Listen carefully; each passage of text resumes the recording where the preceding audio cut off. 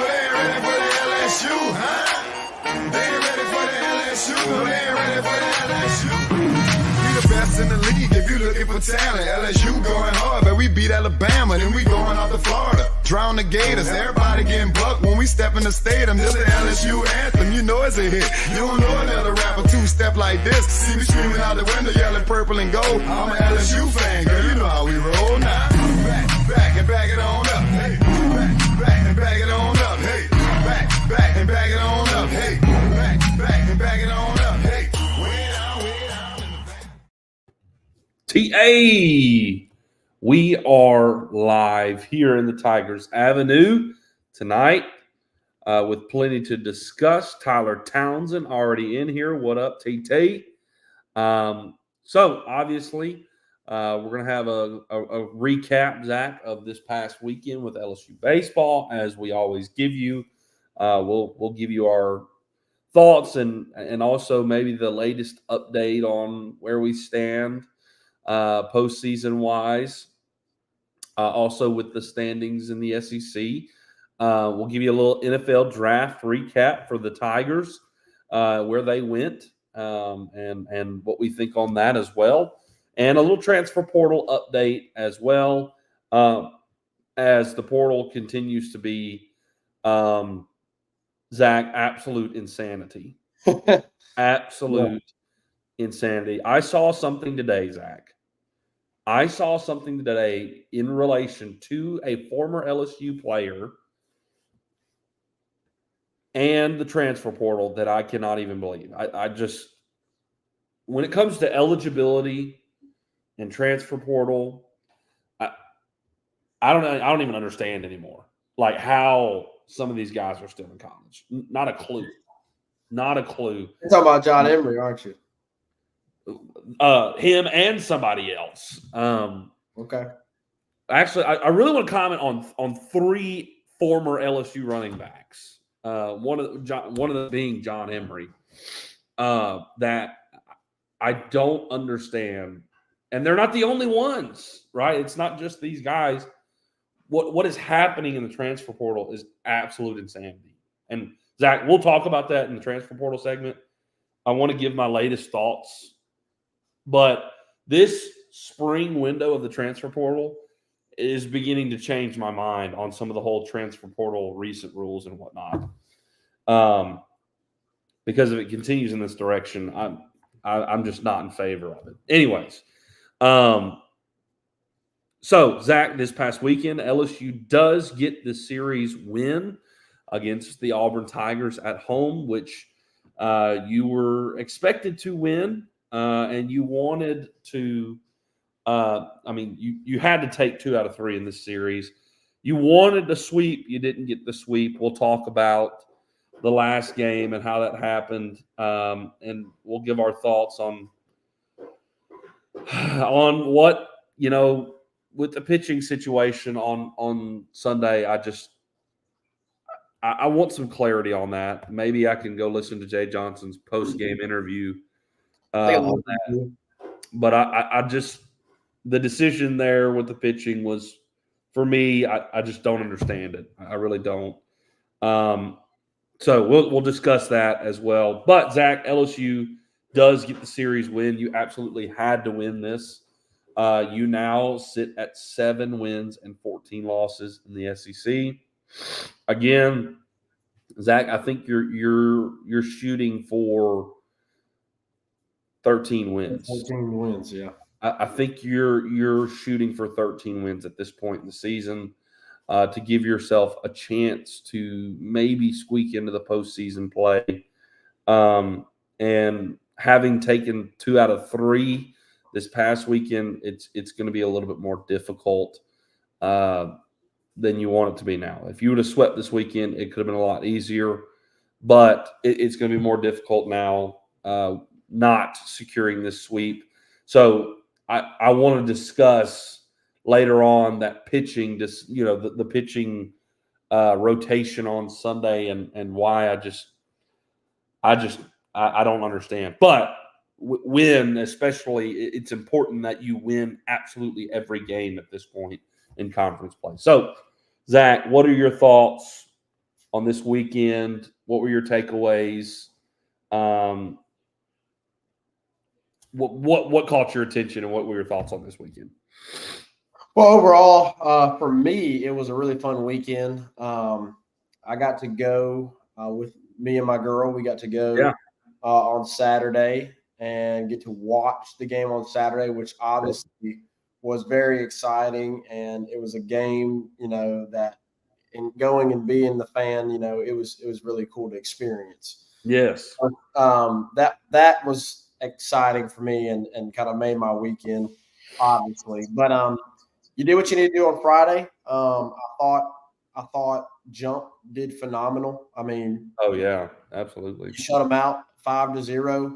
LSU did what they had to do offensively to get runs across, and obviously the long ball played a factor in that as well. You didn't need a whole lot of runs on Friday with the way that Gage Jump was pitching. Obviously, Christian Little came in. He closed out the game. I thought Christian looked phenomenal.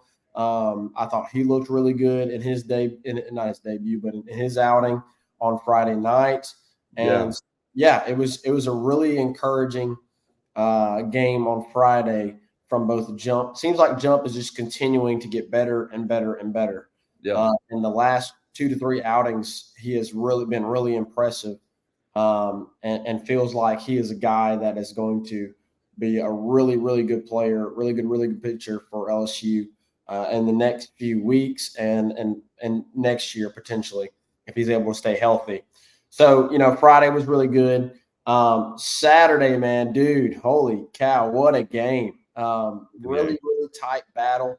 LSU not able to, do a whole lot offensively. Obviously, you had Tommy. All you had was the 2 home runs, right?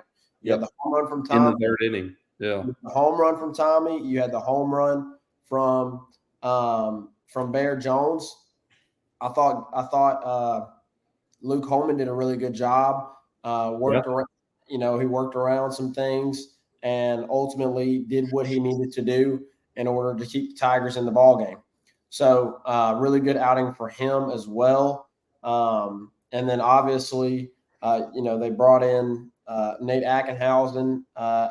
Who did they bring in? They brought in, I think it was Gavin, didn't they? Who did they bring in after? They brought in Gavin Guidry for like an out. Yeah. It was 1 out. It was 1 out, and he recorded the strikeout, but ball got by. Stupid rule, and then he got the next guy out. Anyways, I thought Gavin looked better, right, than he has in the past. I know they pulled him early.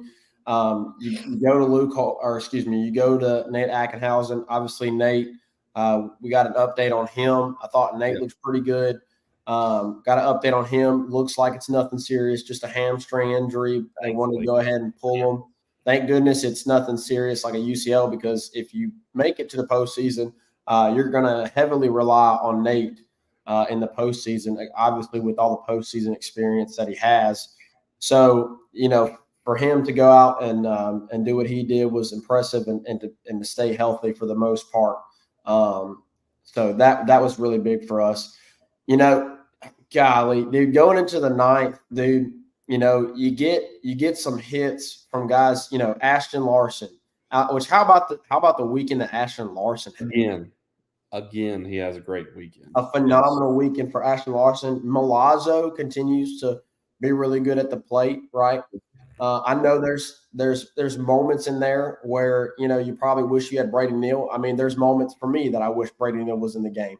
But Milazzo has been steady. He's had a little bit of some issues defensively, but at the plate, he's been impressive overall.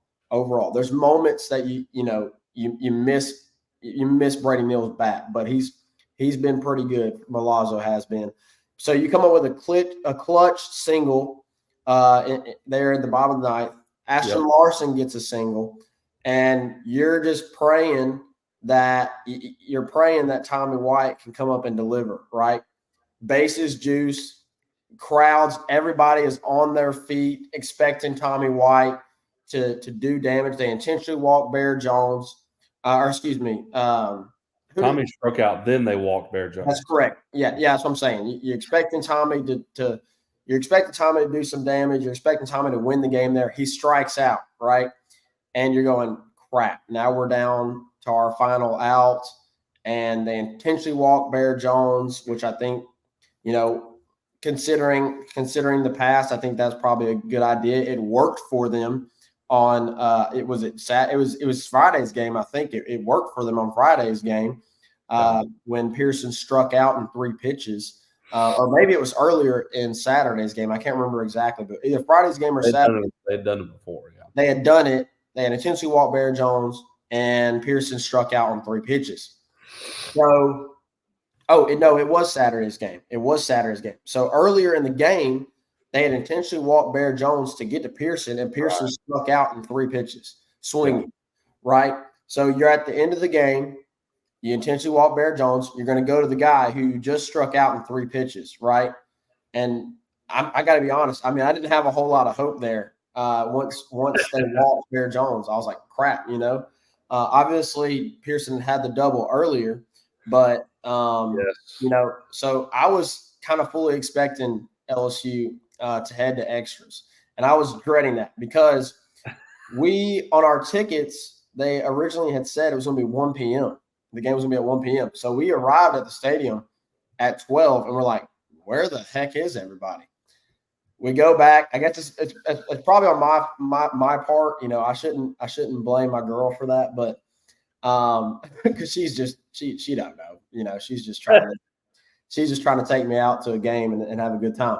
But anyways, so we get there, nobody's there. We're like, crap. I check it out 6 p.m. Now we gotta wait till 6 p.m. And I'm praying because we got to drive all the way back to Memphis, right? And we already know it's gonna be a late night. And I'm like, please don't go to extras, right? We already got home. We got home. I dropped her off at home, and I got home. It was around like 3 a.m. So like it was already rough. So can you imagine if they'd gone to extras? But I praise the Lord for Josh Pearson. Gets a hold of one. For a minute, I thought it was going to be out. It lands at the wall, gets over Stanfield's head in center field, and LSU wins the game. Yep. You gotta credit a guy in Milazzo who hasn't been really great at the plate over his years at LSU, and a freshman in Ashton Larson to get the inning going. I mean, you had 9 when you had Milazzo, Paxton, Larson due up. Did you have a lot of faith that LSU? I mean, I don't know about the rest of the LSU fans or you, Reagan, but did you have a lot of faith that we were going to get it done in the 9th? No, I didn't. To be completely honest, I didn't have a lot of faith that we were going to get it done in the 9th. But LSU gets it done. They win the series, and I'm excited. I was super excited. It was awesome time to be down there. Obviously, you can tell I got some new LSU swag, which, by the way, Reagan, and to all of you LSU fans who may not know, Bengals and Bandits in Baton Rouge has some really nice LSU swag. Yeah. I got to be honest. I went to the LSU sports store. We went to the LSU sports store, and I wasn't impressed with everything they had in there. So right. I didn't get anything. I almost always, anytime I go to Baton Rouge, I almost always get something from the LSU sports store. And we went on Saturday, and there really wasn't a whole lot of stuff that I was really impressed with. So I was like, I got to try and find another place. So I did some digging. We found Bengals and Bandits. Awesome store to go and get some stuff. I almost went to Rally House, but I decided to go to Bengals and Bandits because it looked like it had some real cool retro stuff like this. I don't know if you've seen the shirt, but oh, that's sick. Yeah. Yeah, dude, kind of retro. So if you are in Baton Rouge and you're looking for some swag, Bengals and Bandits, I highly suggest Bengals and Bandits. There you go. Hopefully, who knows? Maybe we'll get a sponsorship out of that whole store. Anyways, but so overall, great weekend, right? Obviously, Sunday was disappointing. Yeah. I know I'm going to let you discuss the pitching decision because I, too, really questioned the pitching decision. I think me and you both kind of expected Griffin Herring to get the start. He didn't. I understand why. But my question is, why do you go to Cade Anderson to start the game when you have guys like Javen Coleman, Sammy Dutton. There's another guy I'm going blank in my mind that I would have rather gone to. But you had Javen Coleman, you had Sammy Dutton. There's one other guy I'd have to think on it a little bit, Reagan, but that I had in my mind that I would have preferred to start the game. Another veteran. Who's another veteran in the bullpen that I'm thinking of? I mean, Little. Maybe Christian Little. Will Helmers. Huh? Will Helmers. No. There's another one that I'm blanking on. But anyways, you had other guys. Oh, Thatcher Hurd. Thatcher Hurd, like Thatcher Hurd has experience. I know he hasn't had a great season, right? And I know as a starter, it didn't go well this season. But I would have much preferred Thatcher Hurd, Javen Coleman, or now I'm going blank on the other one I just mentioned. Dutton, thank you. Or Sammy Dutton. Sammy Dutton's looked good in conference play. Javen Coleman has had his moments. And then obviously Thatcher Hurd. I mean, we know what Thatcher Hurd can do when he's on. So you put a guy who hasn't looked good at all in conference play, who's making his first start in conference play. Oh, and by the way, is a true freshman. In a spot where you had to try and win that game and get a series sweep to help yourself. Yeah. To try and make the postseason. You went to the freshman. I just didn't understand it. No. I didn't understand. I understand you not starting Herring. I don't understand you starting Kate Anderson and then going to Herring. I would have much more understood Thatcher or Javen or Sammy Dutton and then Herring, right? Because you want to get the most out of Herring. You know you're going to get them for a really solid 3 to 5 innings, right? 5 being max. And he's going to go out there and shove and dominate. So you need somebody else to shorten the game. And you went to Kate Anderson, who hasn't proven himself in SEC play. So that was my biggest question on Sunday. I thought the Tigers did a phenomenal job fighting back, right? Stephen Milan with a 3-run blast to get LSU back into the game. And LSU hung around there. And you had in the 6th and the 7th, you had huge opportunities to break that game open, get back to tying, potentially take a lead. Just continually blow those opportunities. You absolutely squandered. Over and over and over again. You had 1st and 2nd, 0 out in the 6th. You had bases juiced, 0 outs in the 7th. Yeah. And between those 2 innings, you got 1 run. Yeah. You absolutely cannot let that happen. So you squandered, even though you made a questionable decision with the starting pitching on Sunday, you still had opportunities offensively to get back into that game. Yeah. And you didn't do it, right? As we've mentioned, LSU has been do or die from the home run ball, right? It hasn't had a lot of clutch hits, right? I mean, obviously we can look back to Saturday in the clutch hitting. You know, you didn't have a home run in the bottom of the 9th, but you had a clutch hit there in the bottom of the 9th to win the game. Great. But those have been far in between, right? And you think, I think way back to the Mississippi State series when Tommy had a 2-run single, but mostly LSU has relied on the long ball, and that's just not with this team, it is just not going to be successful, and that's proven itself throughout SEC play. So ultimately you lose on Sunday, and yes, you're happy that you won the weekend series. I think, that is a huge positive. I think the bullpen this weekend was a huge positive as well. Again, I thought Christian Little looked great on Friday. I thought he looked good again on Sunday. He only gave it the 1 hit. I thought Gavin Guidry looked better whenever he came out. Nate looked good until he had to exit. I thought Lore looked good, although he did give up the single that scored the earned run that was who was it charged to? I forget who it was charged to. I'm not sure. But Justin Lore came in. He gave up a base hit. It wasn't charged to him. May have been Little because he came in on Sunday as well. No, it wasn't Little. I can't remember exactly who it was. It wasn't charged to him though. I have to go back and check. But anyways, I thought the bullpen made strides this weekend, and I thought it was impressive. Let's see. Lohr, Little, and Dutton had all. It was charged. It was actually charged to Herring. It was charged to Herring. So Lohr entered the game after Herring. Herring Little came in after Herring, and then it was Lohr. I know the run that I'm looking at the box score. No, you're right. Christian Little surrendered that run though. I'm sorry. That's right. Christian Little surrendered that run, but it was charged to Herring. So, but still, Herring looked. I thought Herring looked really good on Sunday. Excuse me, Herring looked good on Sunday. Yes, yeah. But I thought Little looked good again on Sunday. So that's two. I mean, that's a few outings now that Little has looked really good. So you're starting to see some guys that are blossoming and at least being more consistently good for the Tigers, right? You're seeing Little. Obviously, Herring's been there. You're seeing Little look better. You're seeing Gavin Guidry look better. Nate's look good. I mean, who else am I thinking of, Reagan?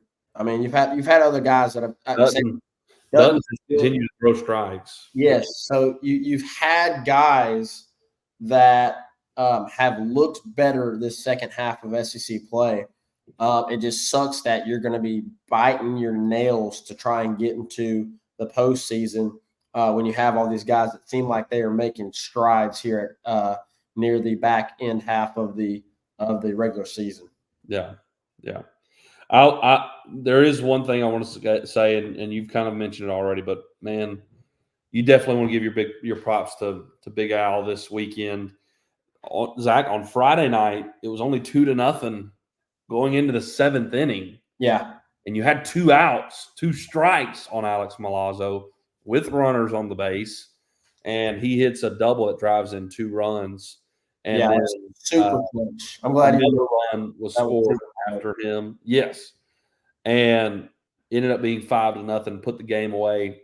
You give the ball to Little, and he closed it out. So that was a big moment for him. It was a huge hit in that game to really kind of seal the deal. And then, of course, like you mentioned already on Saturday, he's the one who got it going in the 9th to set up Pearson for the walk-off. Gage Jump his last 2 outings have just been phenomenal. 14 innings of shutout baseball. Yeah. He's been really great. Holman, I think, was good again. He only allowed 2 runs and was solid, got you through 6 2/3 innings, and you turned it over to the bullpen and you got it done. Boy, yeah, that moment with Ackenhausen when he threw and the ball went wild and immediately starts waving over to the dugout. It reminded me of Garrett Edwards. Yes. Immediately, wait, I'm like, oh no, he tore the UCL. Thankfully, when you watch it again, it doesn't look like anything, with his elbow. It looks kind of like he kind of steps awkwardly on his landing, and that's what kind of causes the bad throw. And again, strained hamstring is what Jay Johnson said, and says he thinks he's going to be okay, and that even Nate Ackenhausen was in good spirits and was smiling, not too long after the game and whatnot. So that is absolutely massive if you think if you think that we may potentially make postseason play. Sorry. Sunday, though, Tyler mentioned it. That's another complaint I had on Sunday is, Wanaka is normally really good, and I'm not a fan of shifting. I'm just not. I'm not a fan of it. These guys are Division I baseball players. They know how to wait back on pitches and hit opposite field if you're playing them as dead pull hitters, or however you're playing them. They're Division I SEC baseball players, they know how to adjust their swing and get the ball through the infield if need be. I'm not a fan of shifting. I just never have been. I play it straight up, and a lot of times that's going to do you a lot of good. There are a few times when you play the shift, it works out. I get it, but man, there's a lot of times if you would just play straight up, you would be okay. You like really sincerely, and also Tyler Townsend wish to be outlawed in the like MLB. I agree. It's hard enough to produce offense in the game of baseball. Yeah. Like, let's not make it any harder. I totally and I can understand. And I know people push back. Well, it's coaching, it's defensive strategy, all of these things, it's analytics. I'm like, I totally get it. Totally get it. And I understand. But man, for the entertainment side of the game, it makes it really, really boring sometimes. And on the other side of things, when it comes to these players and their ability, you can hit it through the gaps that are there if you provide them gaps. You're playing a guy Deadpool, right? And he's playing at Auburn University. He's probably good enough to hit opposite field. May not be his tendency, but he's probably good enough. And I just I don't understand why you don't start Herring. Like maybe you let Cade Anderson get 2-3 innings, whoever it may be. But man, it just feels like the guy has earned it. I get it. You're looking for bullpen guys, and Herring can still be a bullpen guy. But in the situation that you're in, and you've already won the series, and you need to win as many games as possible, why would you not just give your best pitcher the ball, right? Herring is your best pitcher left, period, on the weekend, period. He's your best pitcher available on Sunday. Give him the ball and go let him put up a 0 for 4 or 5 innings and then piece it together the rest of the way. And you had arms to do that. You had Sammy Dutton. You had Little again. You had Lohr. You had Cade Anderson. You had Thatcher Hurd. You had Fidel Ulloa, which, by the way, where the heck is he? Like, can we not get that guy some more innings? He was pretty solid for a while, and I feel like, tapped out on him way too quickly because I don't think he was that horrendous for us to kind of just move on past him that quickly. And so, like you haven't seen him the last 2 weekends at all. We haven't seen Cade Woods hardly at all either. Right. I think Cade may have been dealing with an injury or something. He maybe that's what Fidel's dealing with, but we don't know because Jay Johnson doesn't say a whole lot about right. And that's why I'm asking, where is he? Is he injured? What's going on there? You have to win as many games in the conference as possible. And you don't start your best pitcher, right? You won the first 2 games. So why not give him the ball? Why not? I just go put up a bunch of zeros and let us score runs. Because, Zach, that is such a Game 3 against Auburn, who is the bottom of the barrel in the SEC, is an extremely winnable game for LSU. Yeah. And, Zach, if it wasn't for the first inning, you win the stinking game. Yeah, for sure. I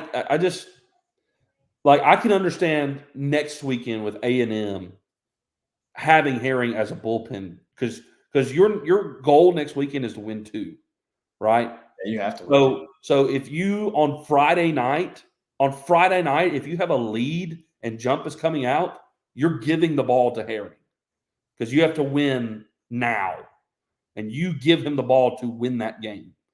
And then, if Ackenhausen is healthy, you go to him Saturday night if you have a lead when you take the ball from Holman, right? Like you win today's game now because you have to stack wins. So Friday night against the number 1 team in the country, A&M, in Baton Rouge, if the game is 3-2 LSU in the 7th inning, you're giving Griffin Herring the ball. Yeah, I agree. Absolutely. Like that makes complete sense.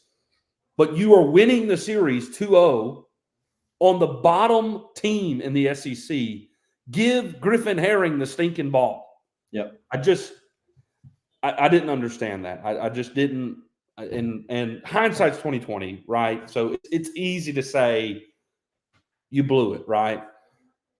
Anderson could have gone up there and put up a 0 for 2 innings, and then you give the ball to Herring, and he shut it down for 5 innings, right? And then you have a guy come in and pitch the 9th, and you win the game, get the sweep. But with the reality of knowing you needed to sweep that, and you didn't give him the ball, and it played out the way it did, that was a head scratcher. It really was. And I wish Chris Demui was in here because I know he felt the same way, and I'd like to get his thoughts on that. But overall, you won the weekend. You got to win. You got to win the weekend from here on out, if at all possible. So, of course, you say, okay, good, we won the series. You had to, Zach. But now, because you didn't sweep, it makes it a little bit more difficult. The reality is you either have to win 2 out of 3 out of all the rest of your remaining, the 3 final conference series. Or you got to sweep somewhere. Or you got to sweep somewhere. You got to hope you win 1 this weekend against A&M. You got to hope you can win 1. All right, buddy. It's Zeke's nighttime, so I love you, buddy. Love you. Say night to Zach. Bye. And say go Tigers. Love you, bud. Yes. I love you, buddy. Love you. Get good sleep, okay? I'll see you in the morning. You got to hope because if you don't, right, if you don't win 1 this weekend, you still technically have a chance to go 13-17, but you would have to sweep at Alabama, and you would have to sweep Ole Miss and Baton Rouge. And the likelihood is just kind of shrinking.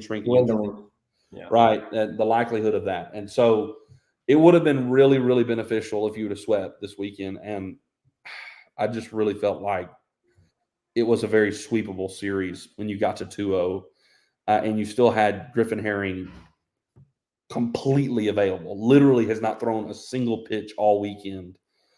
You should have given him the ball there.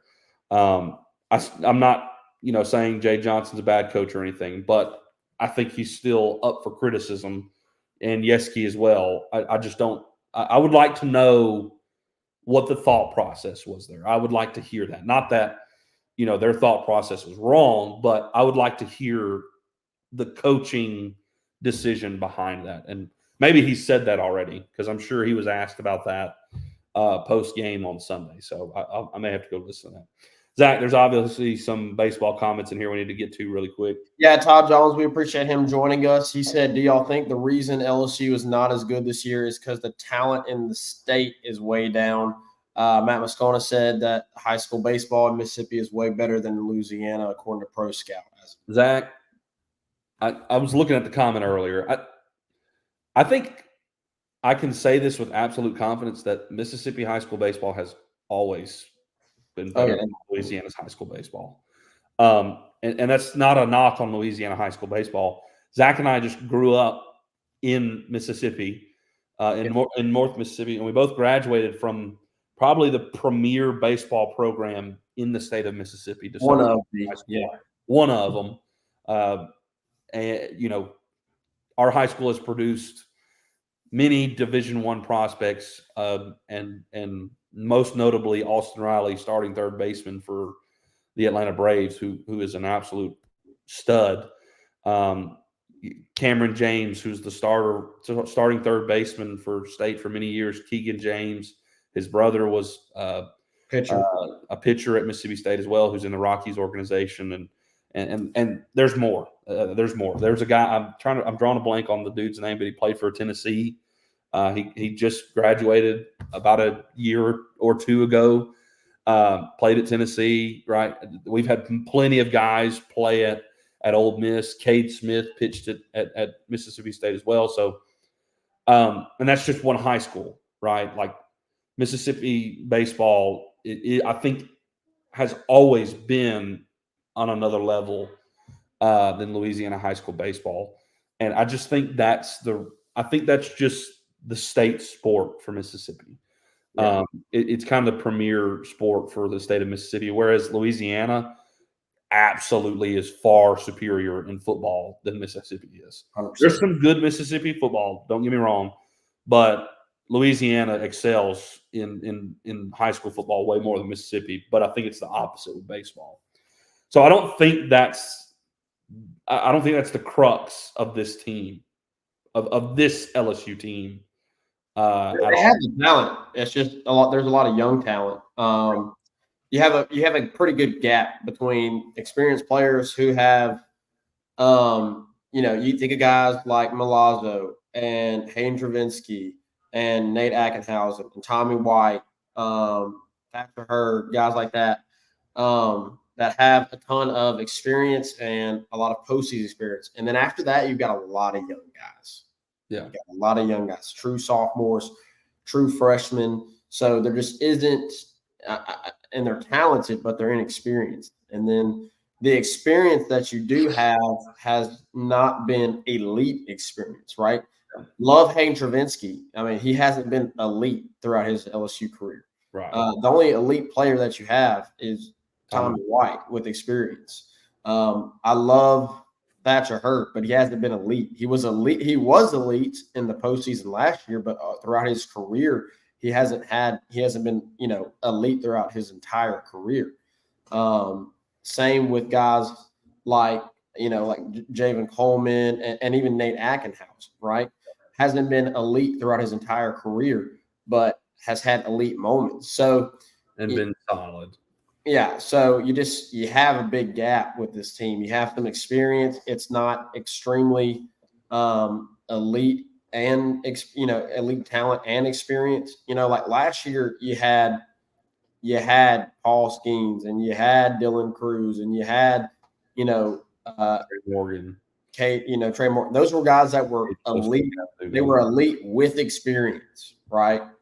And then but this year you've got a mixed bag of young, talented freshmen like Ashton Larson, Stephen Milam, and then you have one elite player with experience, and then you've got some veteran guys with experience that aren't necessarily elite players but have experience. So it's just difficult.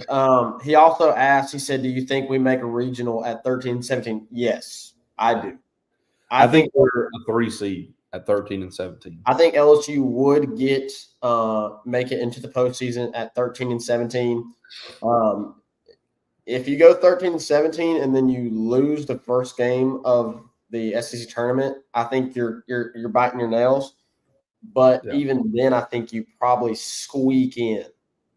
Probably as a 3 seed, as Reagan mentioned. Yeah. Tyler Townsend said Alex needs to stay in the lineup daily for the rest of the season. I'm ho-hum about that. I don't know if his defense has necessarily granted him that. I will admit his batting has been a lot better. It's been much improved. But his defense, as much as we've talked about how great Milazzo has been defensively, his defense has been lacking a little bit this year. So I don't know. I don't know. That's a good question to ask. Let's see what else. Tyler Townsend said, how many errors have we had when we were shifted? I don't really know of any. Not off the top of my head. I know Reagan was like, I hate the shift, but I don't really know of any. I do hate the shift. Yeah. I do hate the shift.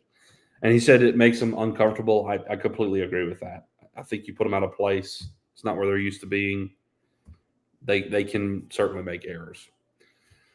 Todd Jones asked, what's y'all's honest opinion about how good of a coach do you think Jay Johnson is? I think it's a great coach. I understand that last year he had the talent, right? He had experience and talent. But you think about the job that he did with the team that he had in his first year. I mean, you had like virtually no pitching. You didn't have a starting. You didn't have a solid starting three. You didn't really have a bullpen outside of two guys, right? Which was Paul Gervais, and I'm going blank on the last one, Reagan. It starts with an R. He's Jewish. I know that. I just saw it the other day. I'm going blank. Oh, he transferred in. Yeah. It starts with R. Somebody help us. Somebody help us in the chat. Golly, what's his name? The other pitcher that transferred in with Paul Gervais. Reiselman. Thank you. Was it Eric Reiselman or what was Eric Reiselman? That's right. Yeah, like that was your bullpen, right? Like that was your bullpen that year. Like and you made it to a regional. You were a 2 seed. You had Riley Cooper as well. So I mean, you made do with what you had, in his first year. So I think overall, I think that Jay Johnson is a really good coach, right? I really believe that Jay Johnson. I mean, you see what he's done in recruiting. You see what he did, what he's done in the transfer portal. I think Jay Johnson is a really good coach. And he's facing his toughest task this year and having to try and piece together this team.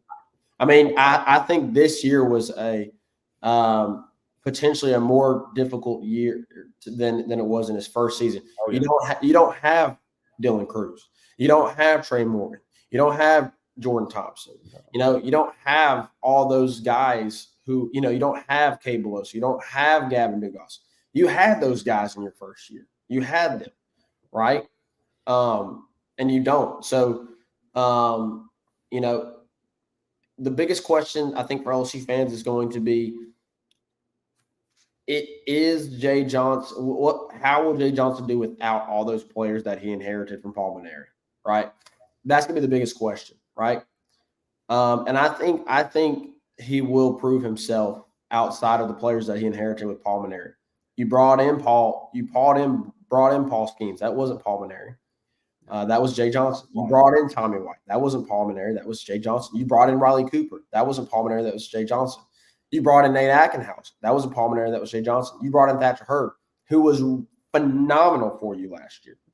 I understand he's had his woes this year, but regardless, you saw the recruiting class that he brought in this past year and the recruiting class that he's going to bring in next year. I mean, really good recruiting classes, right? So let's not forget, what he has done. I understand the fans tend to focus so much on, he inherited X amount of players from Paul Maneri, but you can't fail to forget all the things that he has done himself, right? You still have to coach that team to the national championship, and he did that, right? And he also coached that team out of the losers bracket in the national in the College World Series. So and it was extremely improbable for them to do that. So I understand your question, Todd, but I do believe, and maybe I'm not saying that you think that he's a bad coach. You may just be asking us because obviously I'm sure some fans this year are, going crazy and questioning. I mean, we saw a meme the other day, Reagan. I think we are all three together. Let me see if I can find it real quick. And pulled off the Scooby-Doo thing. Yes. Also, don't forget that Jay Johnson took Arizona to the finals in the College World Series in 2016. Mm-hmm. Right. And that's completely apart from everything that Paul Maneri, brought at LSU. He didn't have that at Arizona, right? He brought that team and pushed the right buttons to get Arizona to the finals in 2016. So, yeah, he's a really good coach. He's very motivated. And to be quite honest with you, he's a better recruiter than Paul Maneri. He really is. Yeah. This is a picture I saw the other day. And to be honest with y'all, I do not agree with this. I don't agree with this. You I don't know. That one frustrated me. Anyways, you turned over 8 players. You returned one starter. You turned one everyday starter last year. yes, Milazzo was sprinkled in, and yes, Pearson was sprinkled in, and Travinsky and Neal, but they were not your Bear everyday Jones. guys. They were not. They really weren't. Bear Jones as well, yes. But they were not your everyday guys that established that lineup and held their spots in that lineup all year long. All right, Zach. Last thing, yes, Braden Montgomery is from Mississippi. He played at Madison Central, another very premier baseball program in the state of Mississippi. Yes, he played at Madison Central High. All right, Zach. NFL draft for the LSU Tigers. Real quick, LSU baseball has Texas A&M this weekend, number 1 in the country in Baton Rouge. They play Grambling, I believe, tomorrow. Grambling tomorrow at 6:30. Yes.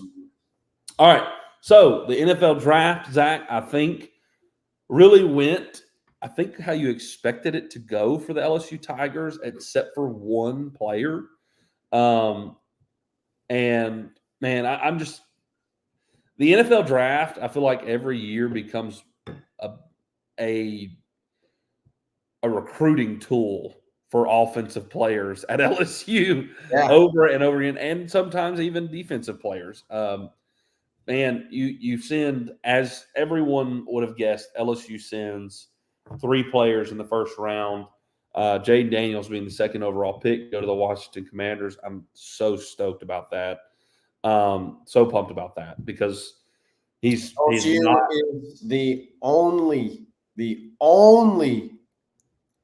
college in Division One, well, they're the only college period to send 4 quarterbacks in the first 3 picks. Obviously, Joe Burrow, Jaden Daniels, Jamarcus Russell, Burt Jones. Yep. And I'm pumped about Jaden going to the Commanders because he's not in the AFC North with the Bengals, and he's not in the NFC South with the Saints. So I'm all for the Commanders now. They are now one of my adopted teams in the NFL. Bengals, the Saints, the Commanders, let's get it. That like once one team is out, I'll cheer for all of them. The Bengals is who I pull for mainly. I've kind of adopted them as my team. Zach, as you know, we didn't really grow up huge NFL fans, but in recent history, we've the last few years really got into the NFL, and of course with Joe Burrow, that really solidified things for me. And then Jamar Chase went, and I'm a Bengals fan through and through.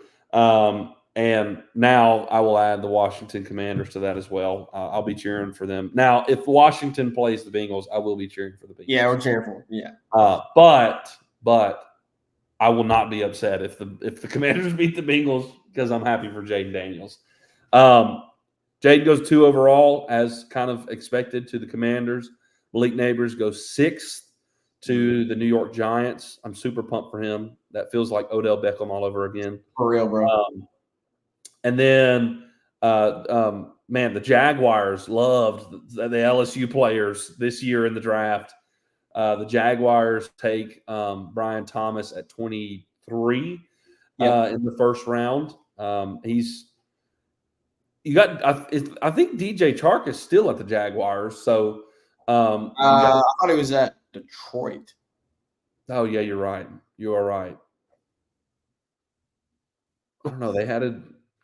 If they do, man, they've got. There's been a lot of changes in the NFL. As we said, we don't keep up with it near as much. They would have.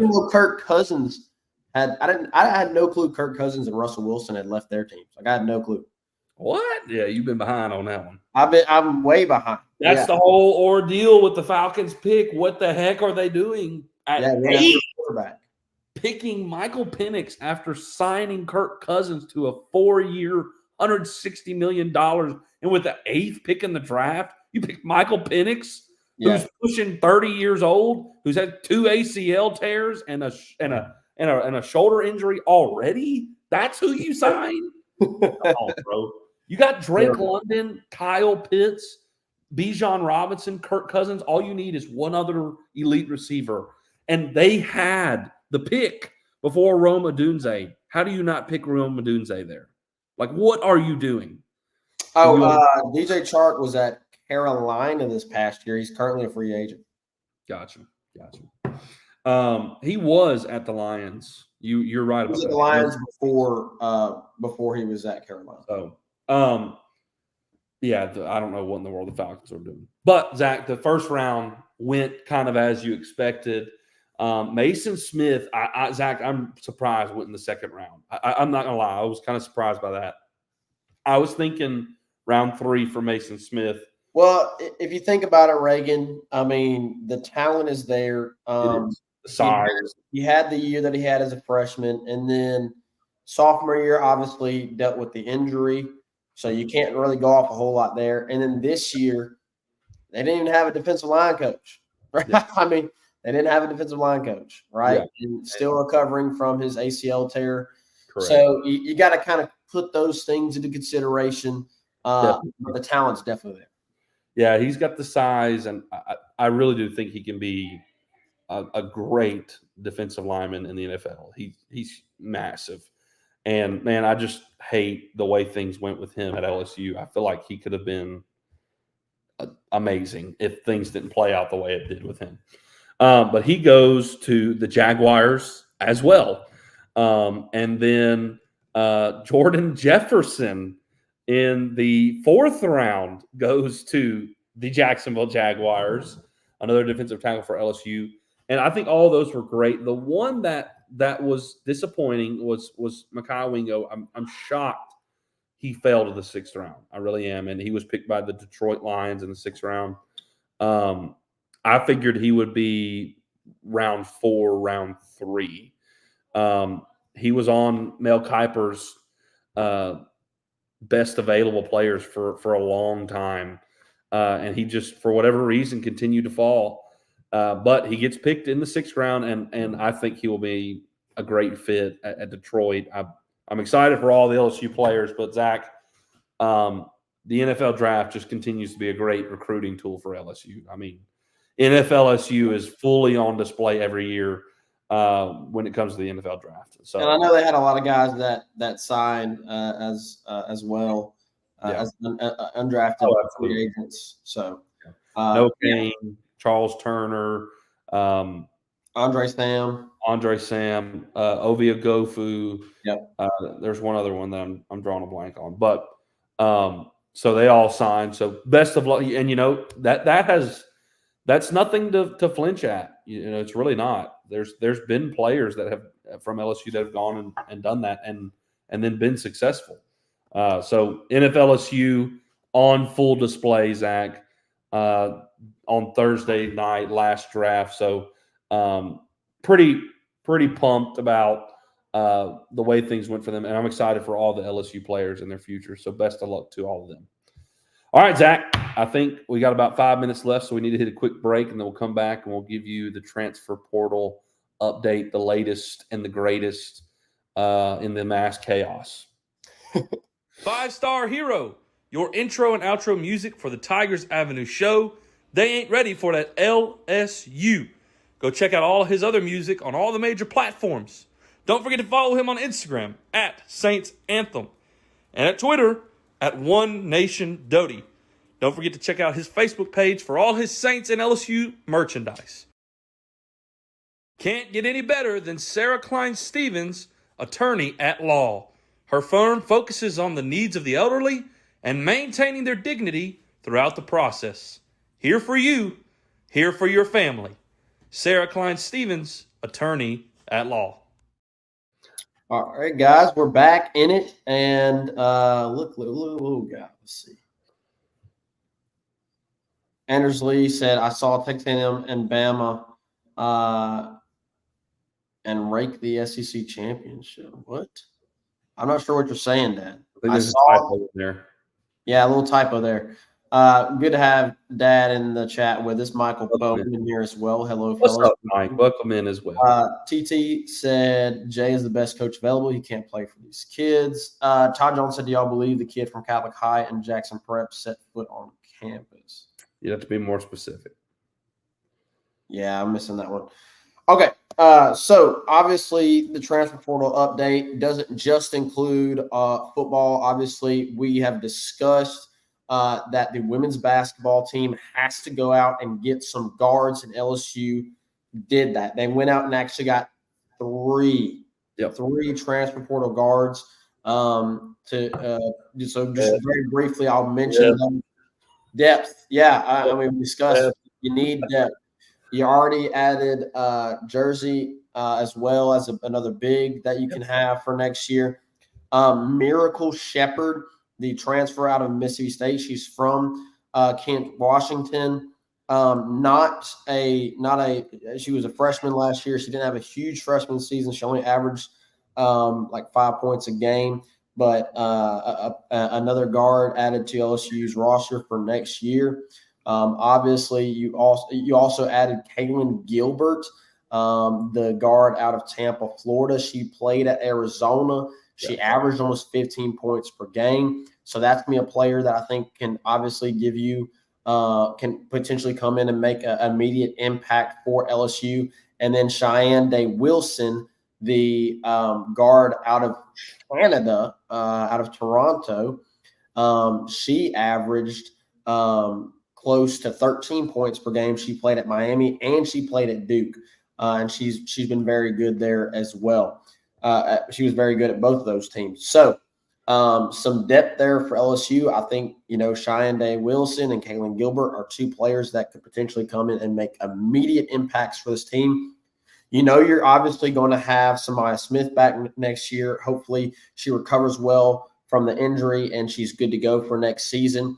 I think she is going to be an immediate replacement there for Angel Reese. You're going to have Anissa Morrow as well as the big. Obviously, we mentioned Jersey. You also have Alea Del Rosario, that'll be back next year. And then obviously Flage will be back. You'll have Michaela Williams back. You'll have Last Chair Poa back. So you had to go and get you some guards. You went and you did that with these three from the transfer portal. So we'll have to wait and see, as far as the impact goes and what they can do for this team next season. But I think Kim Mulkey addressed the greatest area of need with this team, especially heading into next season. And we'll have to wait and see, how things go as we approach the season and kind of who begins to prove themselves as a potential starter. But this was great news for LSU. Absolutely. So, Zach, on the football front, LSU clearly is still pursuing defensive tackles, as we all know.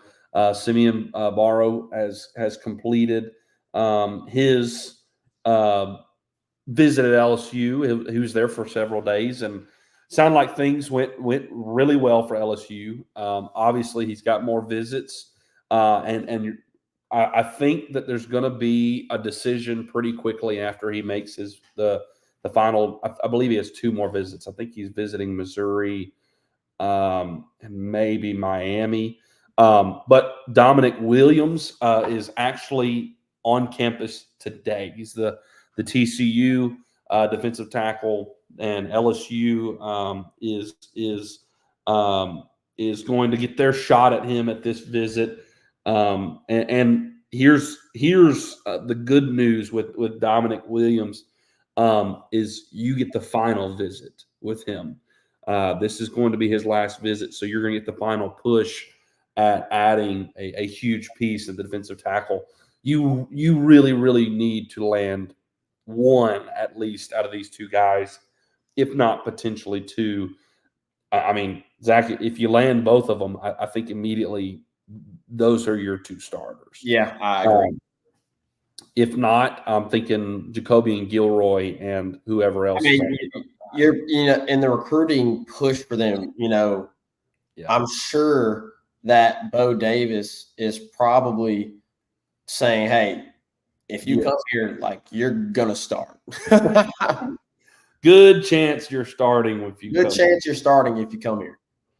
And so, be on the lookout over the next few days, about Dominic Williams. He's here on campus.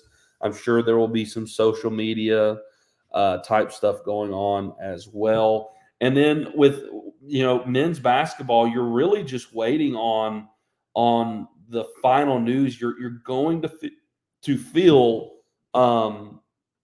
one last spot. But here's the news. Toby Okani, which you had on a visit, has committed to West Virginia.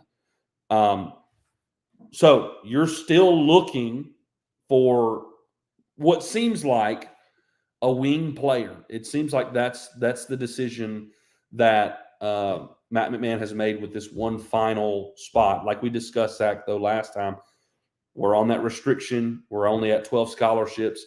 If you have the 13, you're probably going after a wing and a true, 5 center. Maybe after Toby Okani, since he made this commit to West Virginia, maybe he pivots and goes for, a big. I'm not entirely sure. There's a player out of Mississippi State. I'm drawing a blank on his name, but he's 6'10", 280 pounds. That could certainly be a guy you went and looked at. He literally went and played spring ball at Mississippi State football at left tackle. 6'10", 280. He's got the height to be a left tackle, but not really the size. So I think he's kind of removed football from his realm of athletics, and he's kind of one track with basketball now, and he's in the portal. Maybe you go test the waters with him, but you've got one more spot, so LSU men's basketball is certainly going to be looking to fill that spot, and maybe we can hear some news here soon. I haven't seen any rumblings about who maybe they're looking at now that Okani has committed to West Virginia.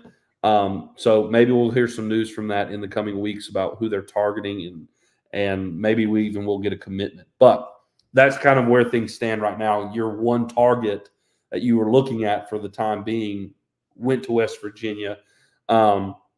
So you're going to be looking for a big, a wing, whatever it may be. Zach, I will say this, and I'm not trying to knock Toby Okani at all. Toby averaged 11 points a game last year, which is really solid. He was at UIC, but Toby was more of a defensive and rebounding type of player. Not only did he average about 11 points a game, he averaged almost 7 rebounds a game, which is a lot as an overall average. Because there were several games where he was well over 10 rebounds a game. If not at times even pushing 15 type rebounds a game, and he was a defender. So that Matt McMahon in his style of offense, I think, is looking for a more offensive-minded wing like he has in Tyrell Ward, and I think he wants to find a depth piece there behind Tyrell. So maybe he goes a little bit more offensive now. So what I'm saying is maybe it wasn't a huge loss that Okani went to West Virginia instead of him coming to LSU, because really when you look at Okani's game, it isn't exactly what Matt McMahon has always gone with at the wing position. So we'll see, though. We will see where the men's basketball go now that commitment has been made, which direction they will head now. All right, Zach, it's been a great. You got to tell us. You got to tell us what you were crazy about. Oh my gosh! Yes, I almost totally forgot. Zach, I was about to say, don't forget. Oh my goodness! So here's the deal. I'm on the line with things like I'm all in favor for the transfer portal. I love the you get one transfer and you're immediately eligible. I'm great with that. But Zach, what has been transpiring is absolute ridiculousness. And it includes some LSU players. John Emery is not as bad. He's been at LSU his whole career. He's just got a heck of a lot of eligibility. He's transferring. For real. You must have Trey Bradford. Yeah, that's one of the ones I'm going to talk about. Okay. But you're seeing this pattern, Zach, and this actually is working out in our favor with some of our SEC rivals. You know all those portal commitments that Ole Miss was getting, they're all re-entering the portal in the spring window. You're seeing players transfer out in the first window, and then you get to the spring window and they re-enter the portal. I don't know if you've seen this or not, but Tyler Barron, a huge defensive edge position that committed to Ole Miss, is now he went back into the portal, committed to Louisville, and is now in the portal again after Louisville. So he didn't play for Ole Miss or Louisville, but has been in the portal anyways. And then Amarian Walker, another big D-back, not an edge rusher, but a defensive back that Ole Miss had gotten. He transferred in from Michigan in the first window. Spring window comes around, he's in the portal again. Which also, by the way, they had got that commit from Demo Richardson. He just got drafted by the Raiders. So the Ole Miss defense may not be as good. Oh, excuse me, y'all. Bless you. Sorry. Golly, that was like an attack. It may not be as elite as once thought because the defensive secondary has kind of taken a hit from the transfer portal guys that they have brought in. Now, they still have Walter Nolan, and, of course, they brought in Juice Wells as well on the offensive side of the ball. And they brought in a running back. I can't remember, once Judkins left, I can't remember who it was. But anyways, here's my problem is there's absolutely no loyalty to teams whatsoever, it feels like, anymore. A guy comes in, he plays a year, he's there a year, maybe two, he hits the portal, he goes to a school. Actually, I don't like this school as much. Spring window comes around, he hits the portal again. And when is it going to end? Like Trey Bradford.